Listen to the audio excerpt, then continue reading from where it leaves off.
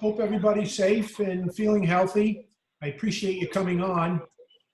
This particular topic that we're going to talk about today is one that's very important to me in regards to the ability to chat with people who obviously you're not face-to-face with. And this particular piece is not new because a lot of us have done this before, especially in companies or businesses that that may not be close to us, or more importantly, across the country, for whatever that may be. So one of the unique things that I want to talk about today is two things. One is how to set up a remote conversation, and secondly, what to do during a conversation. And as Jen indicated, halfway through, I'm going to stop so we can answer some questions if you have any. And Jen, did you say that the chat is available, or we're just going to take them verbally? We are gonna have the group chat available, and then I'll read those to you. What I'm gonna ask is if everyone can just mute themselves while you're speaking. If I mute, then we won't be able to hear John. So if everyone could just mute, because there is some background noise, and then when we need Q&A, I'll open it up. Great.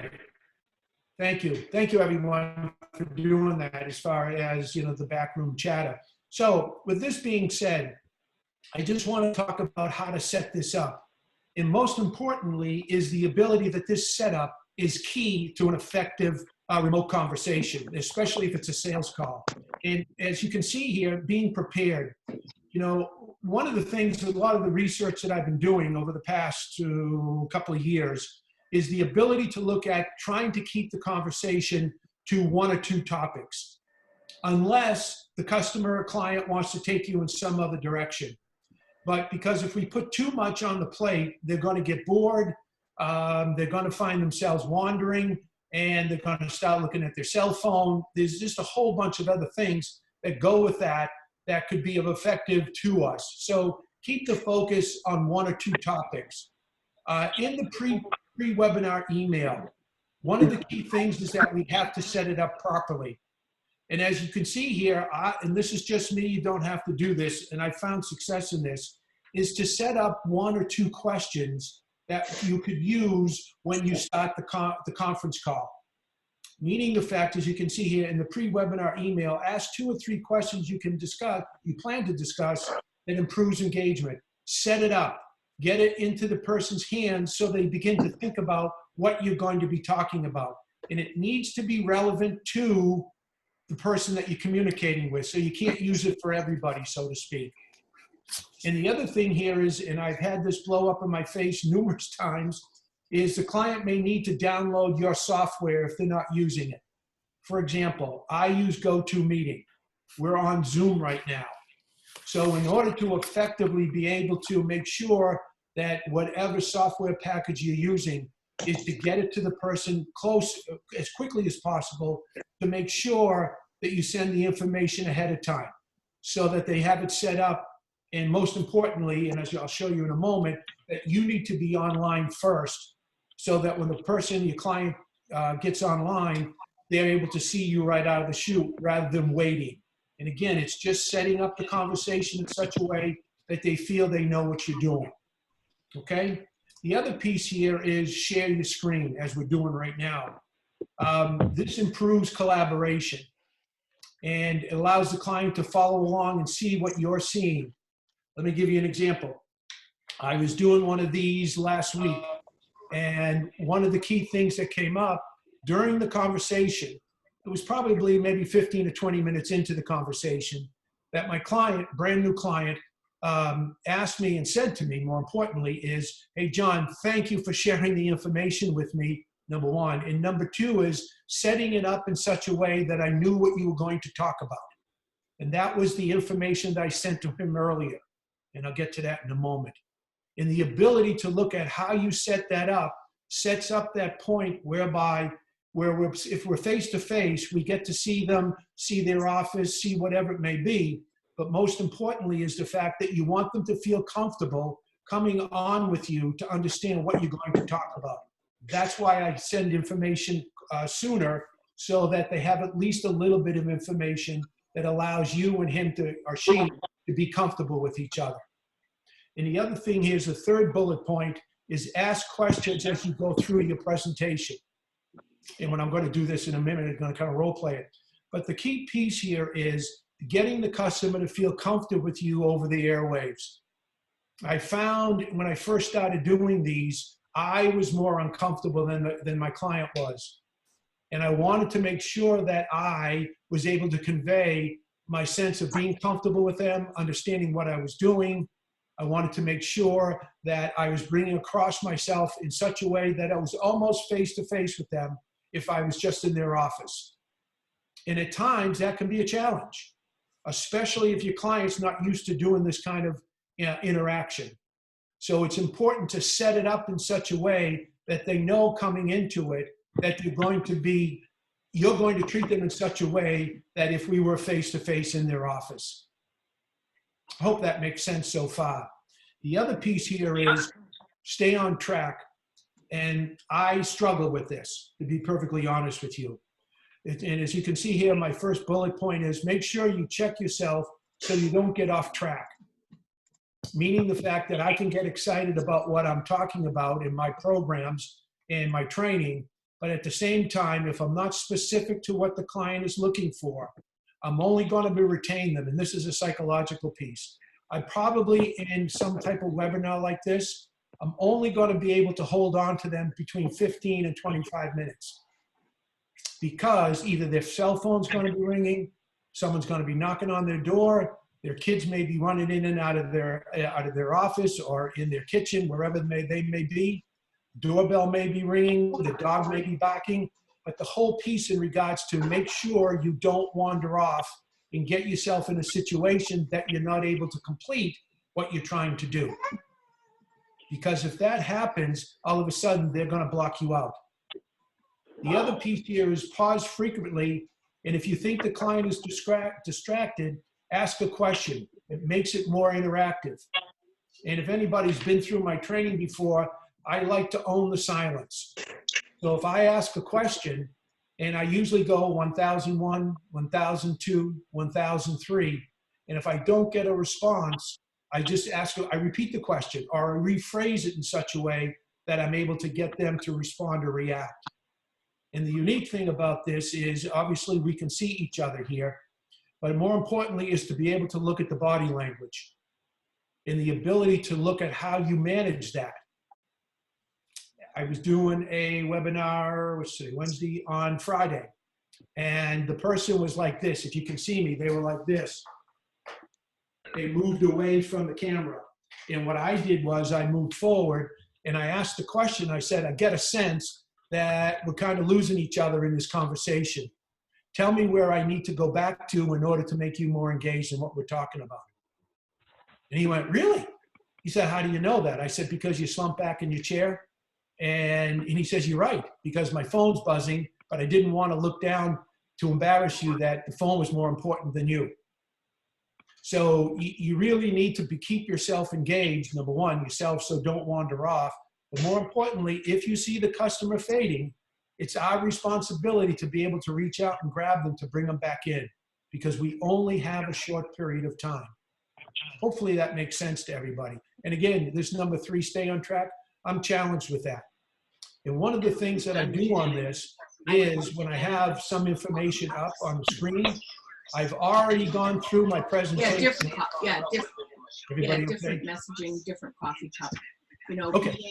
So the reality. I just wanted to take a second, remind everyone to please mute. We had a gift for people coming on press that was slated to be done starting in March. Can everyone just take a second and please mute? With a bag of coffee in it. No, they're getting coffee. That's a good thing. Came on press, thanking me for a bag of coffee. And the back wall. Okay, I'll continue.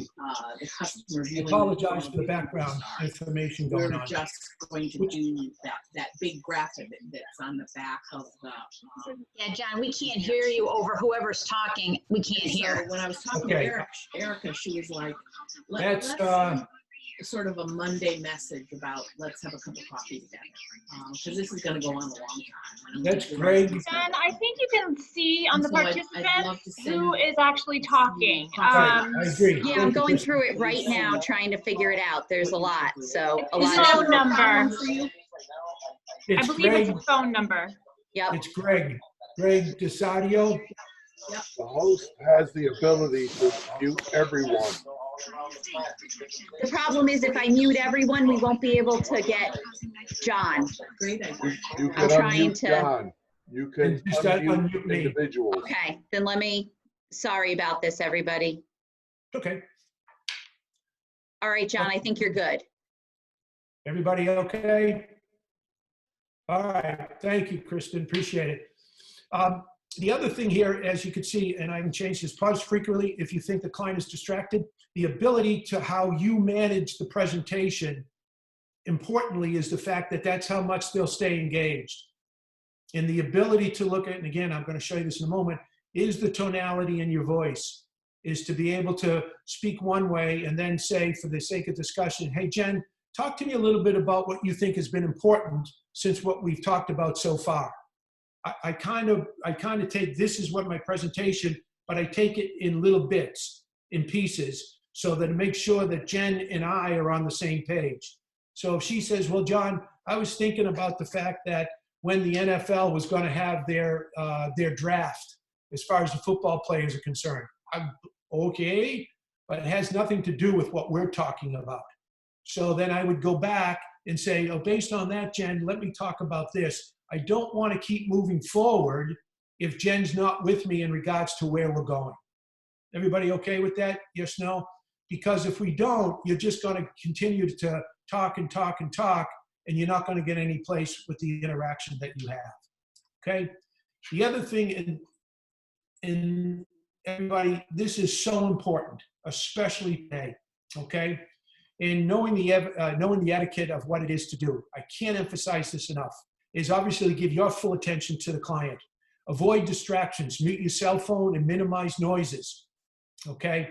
That becomes an important deal, especially if I'm the one who's initiating this interaction or this dialogue. The other is speak clearly and don't interrupt. And what I mean by that is, I go back to, I ask a question, just again using Jen as the example, is the fact that when she's talking, I'm not going to interrupt her. As a matter of fact, when she's talking, I'm going to lean in a little bit closer to the camera so that I have a sense that she feels I'm interested in what she's saying. The other P is dress appropriately. Again, I'm not telling you what to, Alan, don't start with me. Don't start. You crack me up, Alan. All right. But the reality of this is the fact that dress appropriately in regards to who you're speaking with. Okay. The other thing is, this is just me again, and I fail at this, is there's no food. Look at Alan. Alan, don't start with me, will you please? Is don't use food when you're interacting. Something that you're chewable with, so when your jaw's moving and you're talking at the same time, as my mother used to say, don't talk with your mouth full. And the other thing is be aware of your background, meaning the fact, as you can see, I'm in my office, all right? And it's okay what you have. And I've seen videos in regards to what people have in the background.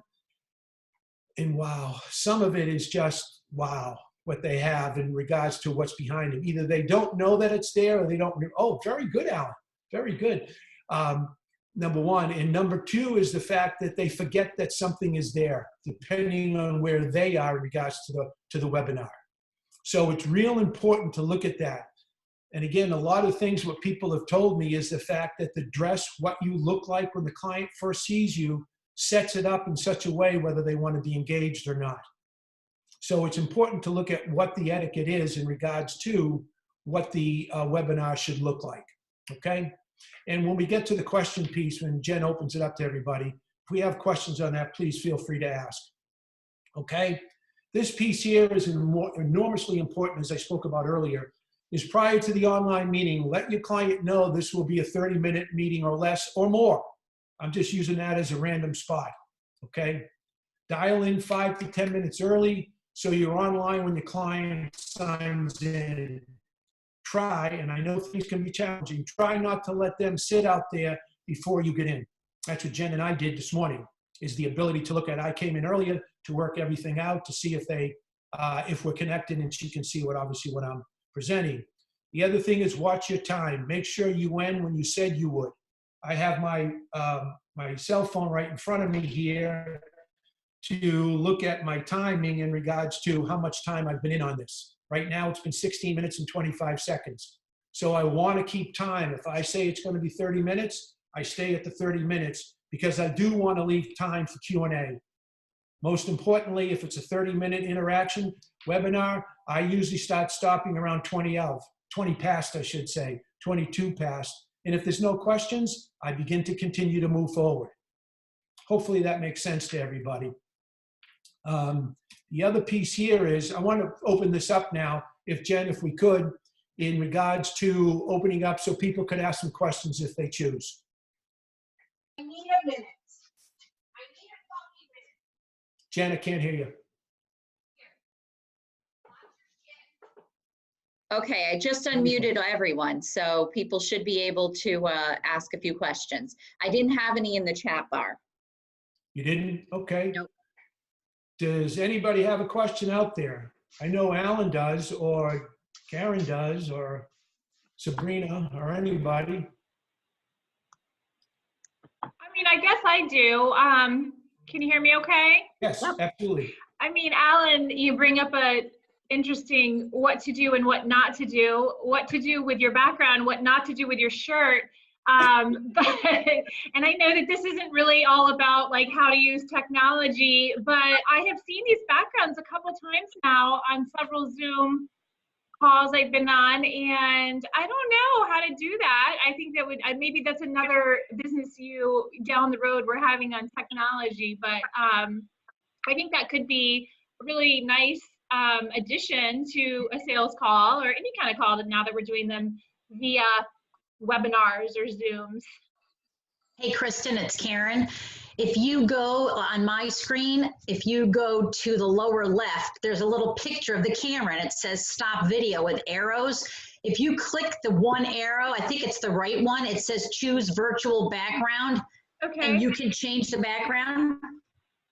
But do you have to download? So obviously in Alan's case, he Yes. downloaded his logo. Right. So, okay, so you have to like pick something and download it and then upload it. And then there's some that are basic there. Let's see, they have the Golden Gate Bridge, they have a beach. So they have things that are already there. But if you want something like the chamber logo or something, then I think you have to download it. Okay, I don't want to get off topic, John. I don't Okay. see where the option, like the beat, I don't see any options. I guess it's not a big deal. Just call me later, I'll do it. What's that? Oh, okay, for sure. Okay. Okay, that's good. No, I was impressed by what Alan brought up there. That's pretty cool. I like that a lot. What do you need? Can I help Because you? then you put yourself in a position that, you know, your background's going to be Have to use consistent. your words. What do you want? Help. Okay, what do you need help with? Uh-oh, better mute, Jen. Yep. You got some homeschooling going on. Okay, I think I muted hold on. Now, press shift Okay, I control. unmuted John. Is there anyone Okay. else who has any questions? If so, you can submit them to the chat bar. Hey, John, what do you do if you have handouts? Do you send them ahead of time or do you That's a put a great link? question. Yeah, that's a great question, Karen. And what I like to do, and again, it's your choice, is I like to send a little bit of information, not a lot, but just, and I'll show you this in a moment, is the ability to look at, let me get one out here. For example, I would send something like this if you can see it. And I'll show you this, I have it in the PowerPoint, but I'll send something on just to give them an overview of what I'm talking about. Not in depth, it's just something that they have. Now, Karen created this for me, by the way. She's also created another piece that I send out, and it's just a bullet point description, a little bit about who I am, what I do, and what we're basically going to talk about. It's not page after page after page. It's just a little tidbit of information that they can look at. And again, I'm trying to set up a virtual conversation so that they're comfortable with me when they first come on. That becomes very, very important to me because A, they don't know who I am, so to speak, and B, most importantly, I don't want them to say, you know, who's this old guy coming on that I have no idea who he is. So I try to make sure to, and again, I'm setting it up so that because I can't see their office, I can't see the information just to have that open dialogue with them before we actually get into what we're really going to talk about. Does that answer your question, Karen? Okay, great. Any other question, Jen? If anything comes up there, just take it off mute and I'll answer the question as we walk through. Okay, you got it. So when we begin to look at this, creating a customized touch points before you call, and going to what Karen indicated earlier, is that 2 days in advance, I email a small piece of info that is relevant to our discussion. And guys, you don't have to have something created like this. It could be 2 or 3 bullet points in the email. Hey, this is just John, we're going to chat about this. Hopefully this could be a benefit to you as we jumpstart our conversation. Whatever way that you want to say it. So that, again, I know I'm being redundant, so that they feel comfortable interacting with you as soon as they see you, okay?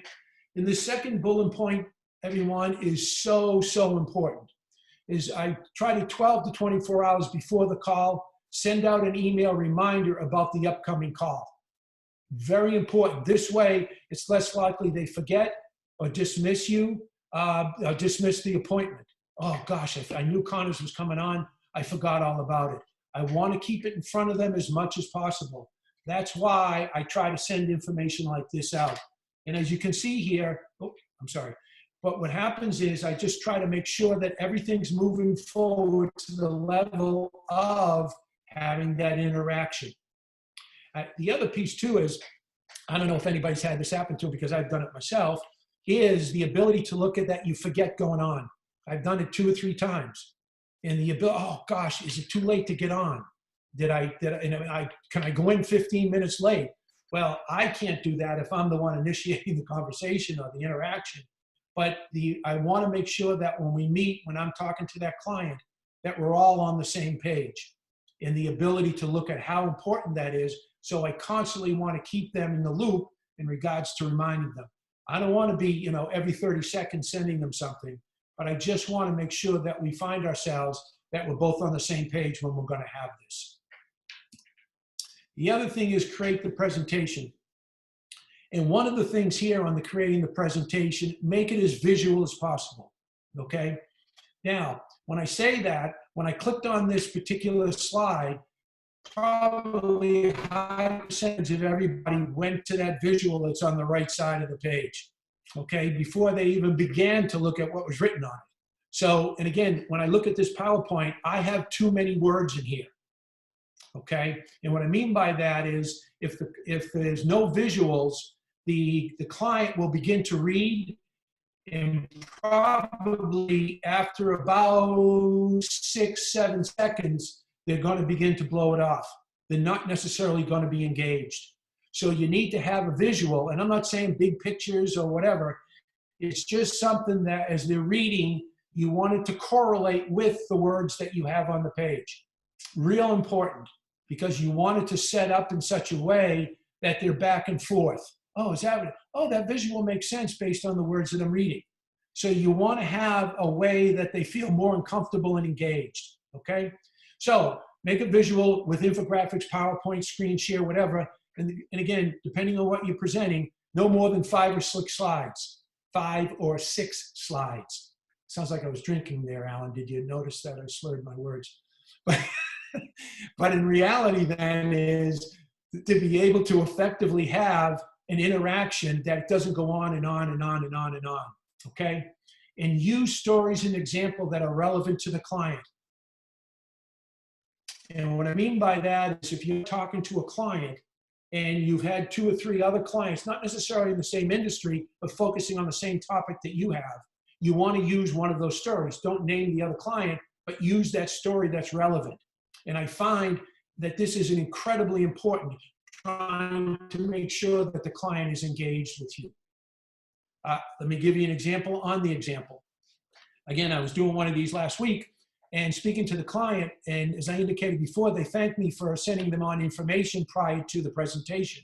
And one of the things that as we were going through it, I kept seeing him do this. If you can see my head moving, he kept doing that. And what happens was I got to the point and I said, you know, I see you nodding your head. Is there something that I'm missing in regards to the information I'm sharing? And he said, no, no, no. What's happening is the fact that what you sent me earlier, okay, is now rebounding, and this is his words, now rebounding in my head that makes more sense based on what you're showing me on your slide. And I said to myself, oh, this is good. And again, I was using examples and stories that were relevant to him, because then and this is exactly what he was like this. And then he went, hey, John, that's so important to me based on what you just said in that example that you just shared with me. Then I went, oh, okay. And I went back to him and I said, based on what? Where do you find importance in the story that I just told? And then he told me what it was, and he just opened the door for me in order to move forward in regards to where I felt that where my program would be of benefit to him. Hopefully that makes sense to everybody. But the stories and the visuals, and here's an infographic, as I showed you before. This is some visual examples that I use. Again, that was this piece right here. And then this is another one, where I got this one from a long time ago. But these type of visuals, okay, correlate to the words that you may have on the slide or whatever means that you're using. It gets the client to focus on the visual as well as going back to your the words that you have on the slide. And the other piece here is, if you look to the one on the right-hand side about as far as community blogs, LinkedIn, and Twitter, I'll say to the client, based on this particular visual, what do you see as most important to you?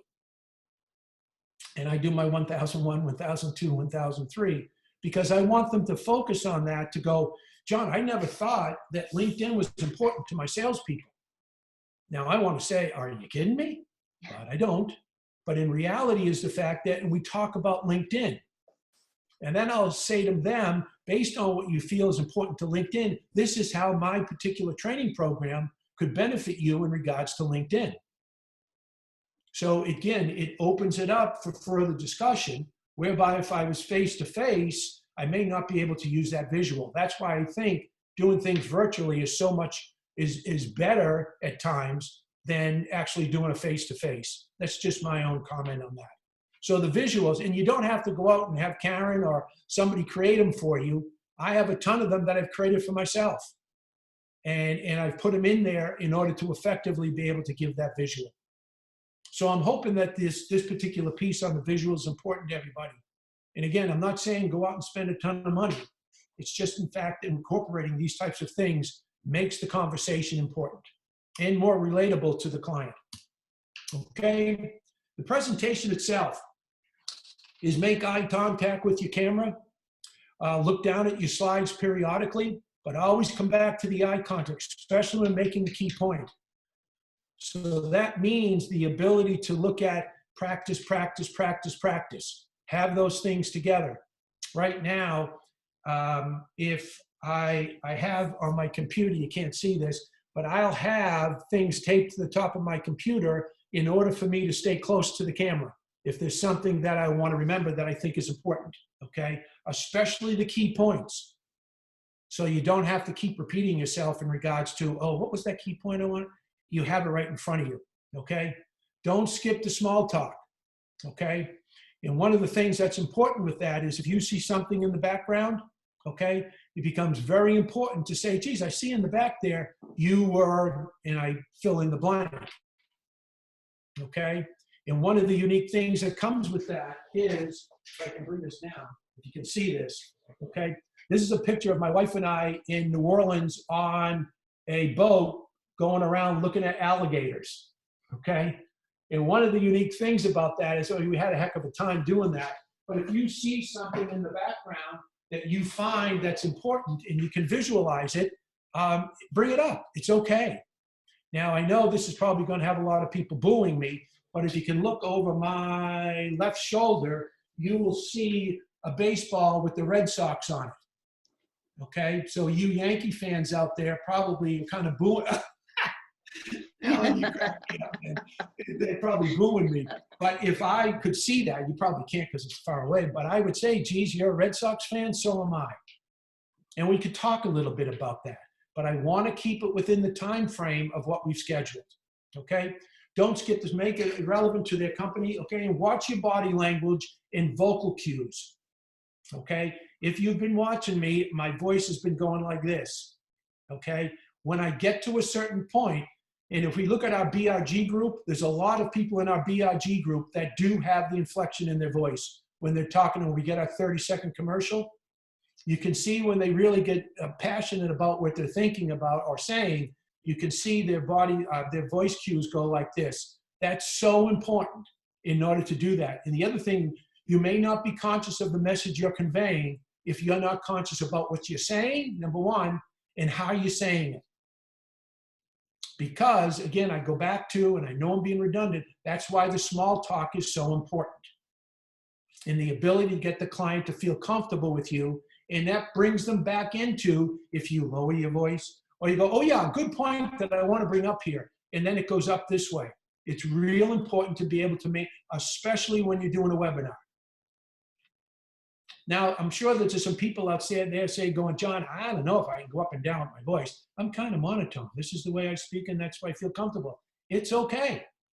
Doesn't have to be what I have here. But most importantly, there's a different way of communicating now than we have before.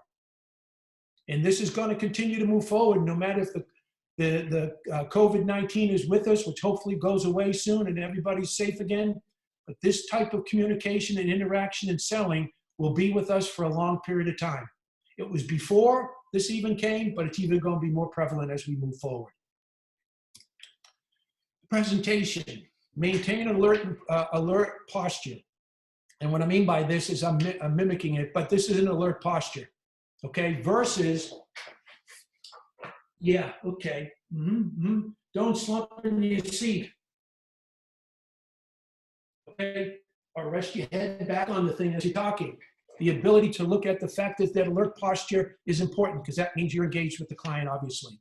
Lean into your camera to convey interest in your client and enthusiasm for your services. And this is what I mean by that. I probably should have put this in there, is the fact, especially when you're emphasizing a key point. And as you can see, I'm very animated when I speak.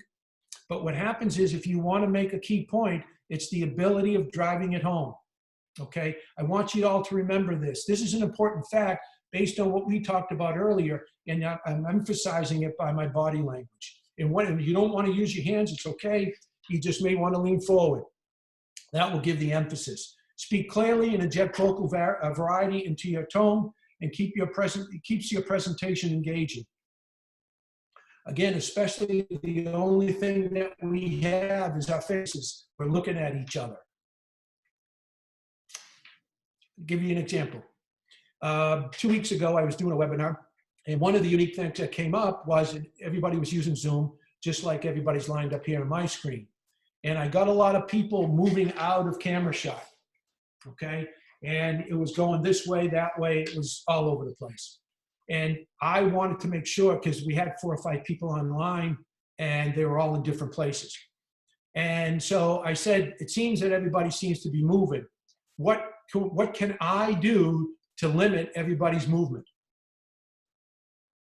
I took the responsibility to slow everybody down. I didn't want to say, hey, what's going on here? All right. I said, what can I do to help you stay focused in regards to what I'm saying? And you called me. It wasn't that I went and looked for you. You called me, and now everybody's all over the place. I mean, I'm not saying that. But what happens is I want to take the responsibility to make sure that what we're talking about, everybody's as engaged as much as possible. Like when Jen did a super job here in the beginning, when the voices were coming in and out, and Jen was saying something, I was talking. So that's why I said, I'm going to back off. Jen, you take care of that. All right. But at the same time, if I'm initiating this conversation, I want to take responsibility to say, what do you want me to do in order to keep moving forward? And I stop. And I got to look into the camera. And then somebody go, oh, okay, let me, and then they take care of it. But I don't want to be a jerk about it either. But in reality is, you called me, and now all of a sudden this thing's all over the place. What can we do to make it better? Okay. Let me move on here. Questions. We'll go back to the questions. So Jen, did you get anybody else to come on the chat, or if we open it up and let people ask questions if they may? Yeah, there was one question that came in, John, through chat. Do you have suggestions on how to make appointments via email or LinkedIn? And also, can you give an example of how to be effective on cold calls? Okay, great. Yes and yes.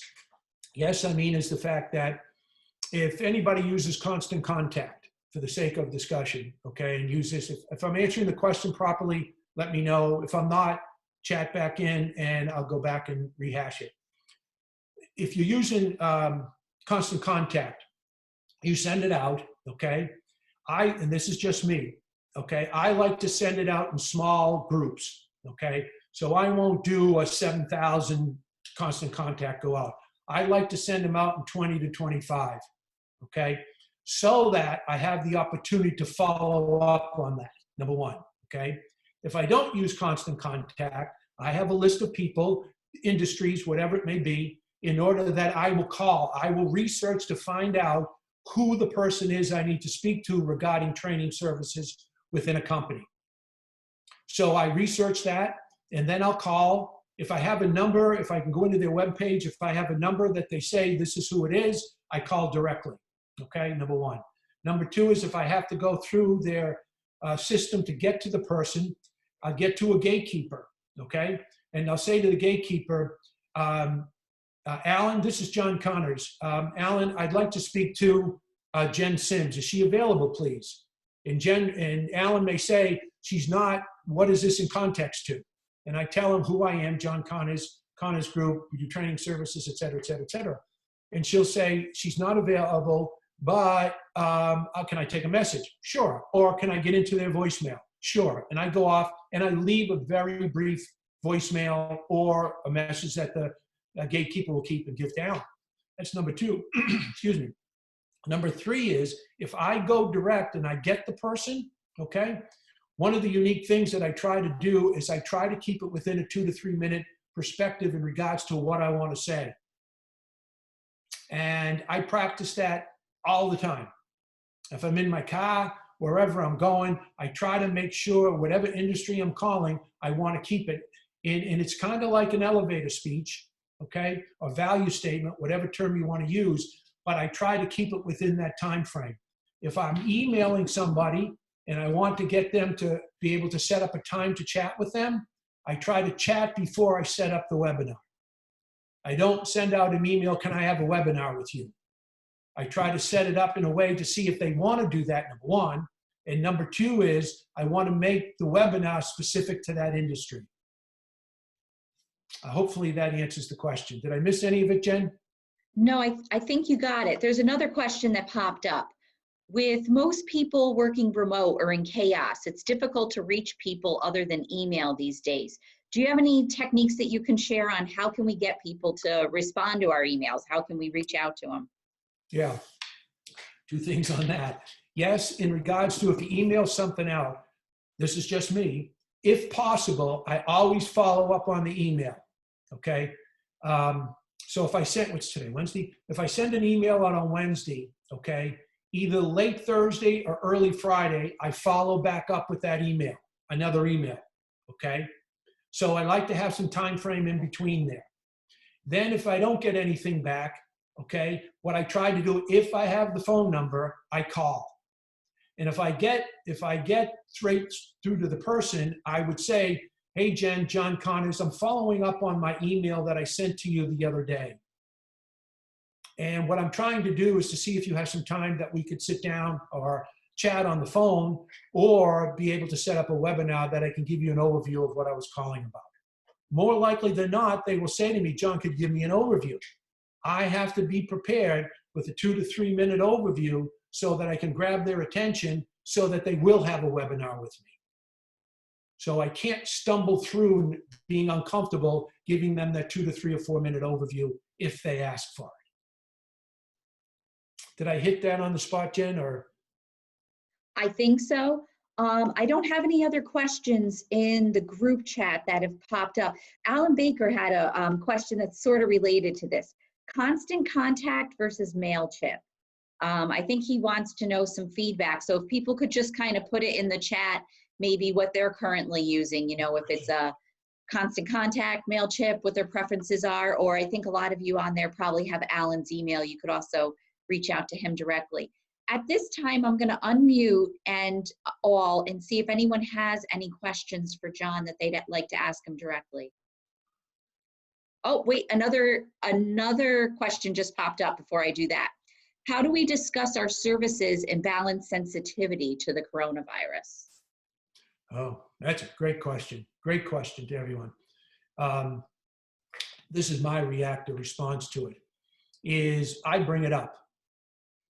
I'll bring it up in the sense of, hey, based on where we are today, given the coronavirus and what's happening in our communities, what I'd like to do is to set up a time that I can chat with you virtually in order to give you a brief overview of who I am and what I do, to see if it could be of benefit to you and your company. But I address the COVID-19 when I'm talking to them. And the other piece too is I always say up front, and I did this Monday, I always say to them is I hope you and your family are safe and everything in your family is going well. I bring it up. And I'm going to say 85, 90% of the time they will say thank you. I haven't run into anybody who is actually sick with COVID-19 themselves or a family member. I'm trying to think. No, I haven't. So, but again, not to be redundant, I do bring it up in the beginning of the conversation. And as being a counselor or therapist, I also, if they bring it up in the middle of the conversation, I'll go with them on it. Really? Oh yeah. Geez, I'm sad. I'm glad that your family's doing well. You know, how's the education going with the young kids? You know, that type of thing. So I'm not afraid to talk about it, to be perfectly honest with you. Okay, at this point, I'm gonna unmute all so that anyone can ask John a question directly. Hey, Alan, I appreciate you bringing that up also in regards to whether it's, you know, constant contact or some other means. That really have to be constant contact. That's a real good point. Is that a duck for Easter? Any That questions, sounds like- anyone? Does anyone have any other questions? No, thank you, John. That was really some great tips. Yeah, that was great. If one question that I'll ask everybody, if you want to react and respond, what did you find most important about what was presented this morning? Anyone? You can send it to Jen, it doesn't matter. But I always do this with my client halfway through a presentation. I say to them, based on what we've talked about so far, what did you find most important or beneficial to you and your company? So let me throw that out to everybody. Does anybody, what did you find that you felt was a revelation, if you want to call it that, or important to you in regards to what you do as far as your own business or services offered? I like the point of staying on track and keeping it to 15 or 20 minutes. It's easy to go off track and start talking about the chamber instead of listening and finding out more about them. So I like that point of staying on track and putting a note there, right? To keep asking them questions instead of me giving my information. Good, Yes. good. Thank you, Sabrina. Mm-hmm. Anybody else? You mean I did that good a job? It did. As You always. always do. I really like the suggestion to lean in. Yeah. That's something that I don't do. I tend to try to sit and stay still. And I think moving, as well as moving your voice up and down, moving your body is a great recommendation. Mm-hmm. Okay. Yep. And Alan, you could also put up there, you know, the Red Sox or the Patriots banner behind you too. Oh, no. Good idea. Even though. Remember our BRG pool? We came out. Oh no, that was my other BRG. We came out Yankees I ahead know, of Red Sox. I know. Yeah, well. I know. All right, does Jen, anyone would else you- have any other questions? John, I'd like to just mention one thing. You know, experiencing these kinds of Zoom meetings, I think experiencing this new normal of how to communicate is really important for everybody to get comfortable. I am very comfortable communicating with existing clients that I already have a relationship with, but I'm not sure how a prospect would react in me reaching out to them during this difficult time if it wasn't for, say, a complimentary event rather than a paid service. Good Okay. Huh. Yeah, absolutely. That's a great thing to do. Absolutely. Doesn't have to be what you just said, you know, constant contact or whatever system you want to use. Sure, the more personal, the better. I totally agree with you. But my question is for a prospect that I have no relationship with. I'm concerned on how they would view, like, me reaching out for our services that are like a paid service. Right. Can we sell things? Yeah. Or am I going to look too opportunistic? Right. You know, and not sensitive. Let me give you, I'll give you another example. I always have examples. Let me answer the question real simple. No, I don't think by reaching out and chatting with someone in regards to the services or products that you offer is being not sensitive to where we are with the virus. One of the things that I would say is this a good time to talk about what we have to offer in regards to what we bring to the table that could be of benefit to your company? And then I would wait for the reaction. It happened to me a week ago. And somehow, I don't know why I said that, you know, is this a good time? And they said, no, it's not. Right. My response was, okay, what would you like me to do? They said, could you get back to us in another month? Because we are interested in what you're talking about, but now's not the time to do that. I said, fine, put you on my calendar, get back to you later. Great, that was a great suggestion. Yeah. Hey, Nancy, it's Karen. Sometimes I've told my clients too to blog so that you can kind of flex your muscle a little bit about what things you offer without selling it. And then you can share that, or if you can say, you know, I know you had questions about this kind of before we became remote. So I wrote something, I'm going to send you a link, see if that helps, so that you're, you know, it's more of it's a softer sell, but because you're talking about pest control companies. So right now they are considered an essential service. So we have written blogs about the importance of keeping up on pest control, even if your building's empty. So we're not selling it, but then does that make sense? It kind of helps get education out that can sometimes turn into selling. And John, you and I have done presentations where we talked about that. Right. Great, Karen, thank you. Sure. Yeah, Hey guys, it's Jen. You don't have my video on because I'm dealing with my child. You don't want to see me. But I did want to comment real quick on the whole prospecting piece. I work for AFLAC, and one of the things that we have learned through this situation is that because New York State is in a state of emergency, telemarketing is actually illegal. Oh. So one of the things, and you can Google it, it's part of the pandemic whatever. So, but one of the things that we're encouraging our folks to do is obviously stay in touch with current accounts and current clients. You can touch base with people that you have prospected in the past to check in, but you are not allowed to specifically cold call. Wow. Just be very, very cautious and very careful. Jen, I can find that document and send it over to you if that's helpful. That'd be great, Jen, and then I can send it out to everyone. Yeah, I have their And email it's how for it. your company's going to interpret it, right? Like everybody interprets telemarketing differently, but just to save face, sorry, my son, but just to save face, I think it's in everybody's best interest to just kind of be mindful of that. Yeah, I'd like to see that. That's great. yeah, that's important. Great comeback on that. That's super. I appreciate it. So any other questions? Hi, this is Rhonda. I'm calling in as well because I don't have internet at my house today, but we do, so I couldn't Zoom today. Will you be sharing the slides to everyone after the show or after the Zoom? Yes, I did try to do a record. This is my first time doing the record, so hopefully it worked. If it did, I will definitely share it with everyone. It'll probably be up on our resource page at the Chamber site, but I'll send it to everyone that I have an email for that sat in today. Thanks so much. Anything else?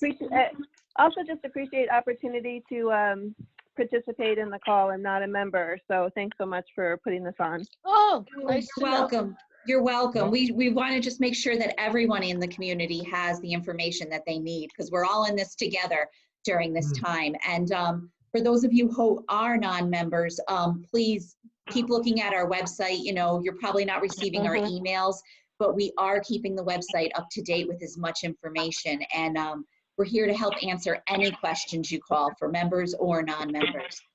So at this time, if there's no other questions, I'm going to stop the recording and I will actually leave it open a little bit for people just to have some conversation.